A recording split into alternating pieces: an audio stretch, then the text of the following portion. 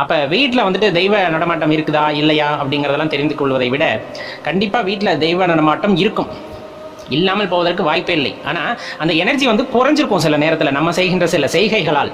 அதையெல்லாம் மாற்றிக்கொள்ளும் பொழுது கண்டிப்பா வீட்டில் எப்பவுமே வந்துட்டு தெய்வத்தோட அந்த அருட்கடாட்சமானது இருந்து கொண்டே இருக்கும் அப்படிங்கிறத மறந்துட வேண்டாம் நண்பர்களே. எப்பவுமே இந்த பிரபஞ்சமே பார்த்தீங்கன்னா நேர்மறை எதிர்மறை ஆற்றல்களால் ஆனது. இதுல ஒரு இடத்துல நேர்மறை சக்தி அதிகமாக இருக்கிறது அப்படிங்கும் போது அந்த இடத்தில் தெய்வ ஆற்றலானது அதிகமாக இருப்பதை நம்மால் உணர முடியும். அதே எதிர்மறை ஆற்றல் அங்கு அதிகரிக்கிறது அப்படின்னா அந்த நேர்மறை ஆற்றல் குறைந்து காணப்படும். அதைத்தான் அந்த இடத்துல என்ன சொல்லுவோம்னா தெய்வ நடமாட்டம் குறைவாக இருப்பது அப்படின்ட்டு குறிப்பிடுறாங்களே தவிர தெய்வம் அனைத்து இடங்களிலும் நீக்கமர நிறைந்திருக்கும் அப்படிங்கிறத யாரும் மறுப்பதற்கில்லை. சரி, அப்படி உங்க வீட்டில் வந்து தெய்வ நடமாட்டம் குறைவாக இருக்கிறது, தெய்வ நடமாட்டம் வந்துட்டு இல்லை அப்படிங்கிறத சில காரணிகள் கொண்டு நீங்கள் உணர்ந்து கொள்ள முடியும். அதை தான் இப்போ நம்ம வந்துட்டு பார்க்க இருக்கோம். அதில் முக்கியமானது நீங்கள் பார்த்தீங்க அப்படின்னா, நீங்கள் ஏதாவது ஒரு செயல் செய்துக்கிட்டு இருக்கீங்க அப்படின்னா அந்த செயலில் தொடர்ந்து தடை ஏற்பட்டுக்கிட்டு இருக்கும். அதாவது ஒரு சில தோல்விகள் அப்படிங்கிறது வேற விஷயம். அந்த வீட்டில் இருக்கவங்க எந்த காரியத்தை தொட்டாலும் தொடர்ந்து தோல்வி ஏற்படுது அப்படிங்கும் போது அந்த இடத்துல அந்த நேர்மறை சக்தியோட ஆதிக்கம் இல்லாமல் போகிவிட்டது அப்படிங்கிறத தெரிஞ்சுக்கணும். மன குழப்பத்திலேயே எப்பவுமே இருப்பாங்க. ஒரு தெளிவான முடிவு அப்படிங்கிறது வீட்டில் உள்ளவர்களால் எடுக்க முடியாது. மனசஞ்சலம் மனக்குழப்பம் அப்படிங்கிறது தொடர்ந்து இருப்பதன் மூலமாக அவர்களுக்கு பல பிரச்சனைகள் தொடர்ந்து வந்து கொண்டே இருக்கிறது அப்படிங்கும் போது கொஞ்சம் கவனமா இருக்கணும்.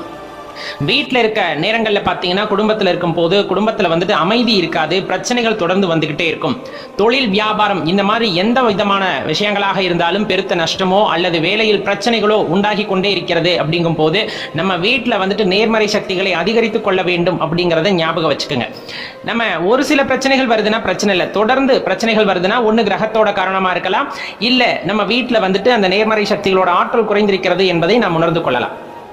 அதே போல எப்பவுமே ரொம்ப சந்தோஷமா இருந்தவங்களா தான் இருப்பாங்க. திடீர்னு மற்றவங்க மேல பாசம் காட்ட முடியாது, ஒரு மாதிரி எரிச்சலான எண்ணமானது உண்டாகும். பிறரை பார்த்தால் கோபமானது தொடர்ந்து வந்து கொண்டே இருக்கிறது. காரணமே இல்லாமல் கோபப்படுகிறார்கள், காரணமே இல்லாமல் கவலைப்படுகிறார்கள். அப்படிங்கும் போது அவங்க தங்கியிருக்க அந்த வீட்டில் வந்து நேர்மறை ஆற்றலானது குறைவாக இருப்பதை நீங்கள் உணர்ந்து கொள்ள முடியும். ரொம்ப முக்கியமான விஷயம், ஞாபக திறன் அப்படிங்கிறது குறைய ஆரம்பிக்கும்.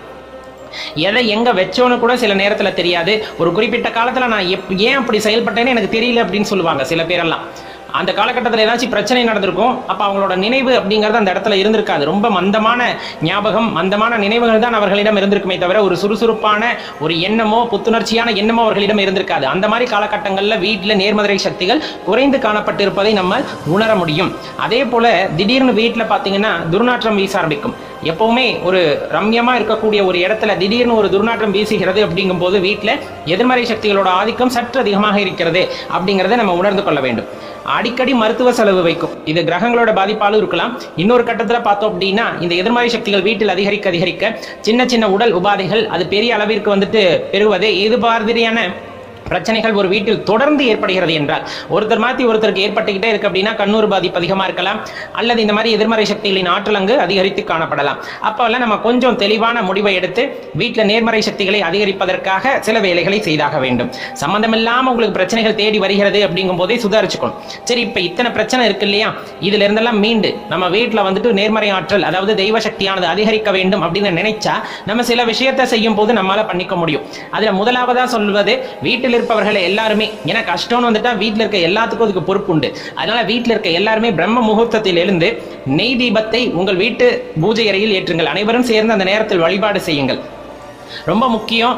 தேவாரம் திருவாசகம் திருமந்திரம் போன்ற பாடல்களை வந்துட்டு அந்த நேரத்தில் படிப்பது நல்ல ஒரு அதிர்வுகளை வீட்டில் உண்டாக்கும். அந்த நேரத்தில் தான் படிக்கணுமா, கொஞ்சம் நேரம் மாற்றி படிக்கலாமா அப்படின்னா கட்டாயமா உங்களுக்கு எப்பெல்லாம் நேரம் கிடைக்கிறதோ அப்பெல்லாம் இறைவனின் நாமத்தையோ அல்லது தேவாரம் திருவாசகம் திருமந்திரம் அல்லது ஆர்வார்கள் பாடிய பாசுரம் இந்த மாதிரியான பாடல்களை பாடுவதன் மூலமாக நீங்களே வீட்டில் ஒரு நல்ல அதிர்வை உண்டாக்கி கொள்ள முடியும். அதில் எந்த மாற்று கருத்தும் கொள்ளாதீர்கள். அதே போல வீட்டை அடிக்கடி வந்துட்டு சுத்தம் செய்யணும். கல்லுப்பு போட்டு தண்ணியில கலந்து அதுக்கப்புறமா துடைத்து விடுவது இந்த துர்நாற்றத்தை போக்கும். அதே போல வீட்டில் எதிர்மறை சக்திகளின் ஆற்றலை குறைக்க வல்லது அப்படிங்கிறத மறந்து விட வேண்டாம் நண்பர்களே.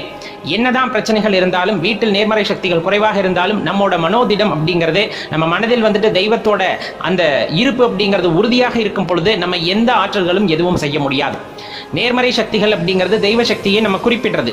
அந்த சக்தி எப்பொழுதுமே பார்த்தீங்க அப்படின்னா நம்மளுக்கு பக்கபலமாகவும் நம்முடைய வெற்றிக்கு காரணமாகவும் எப்பொழுதுமே இருந்து வருகிறது அப்படிங்கிறதுல எந்த மாற்று கருத்தும் கொள்ள தேவையில்லை நண்பர்களே.